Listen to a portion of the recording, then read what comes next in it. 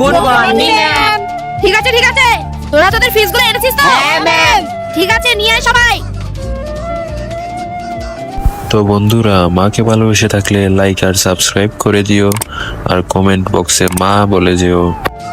ঘটো তোর ফিস কোথায়? ম্যাম আমি আনিনি, 2 দিনের মধ্যে দিয়ে দিব, কিছু মনে করবেন না। তোর ওই সব ফালতু কথা শোনার আমার কাছে একদম সময় নেই। কালকের মধ্যে যদি ফিস জমা দিতে না পারিস তাহলে তোকে আমি এক্সামে বসে দেব না। সামনে তো চেকিং বসেছে, আর আমি আজকে তো হেলমেটটা আনতেও ভুলে গেছি। জানি না কি হবে। আরে এটা তো ফুটো মনে হচ্ছে। যাক বাবা, এখন মনে হয় আমার আর কিছু হবে না। দাঁড়ান, এই যে ম্যাম আপনার হেলমেট কোথায়? ফুটো তুই আমাকে চিনতে পারলি না? আমি তো গুড মর্নিং ম্যাম, ভালো আছেন তো? আমি স্কুলে যাচ্ছি, যাই।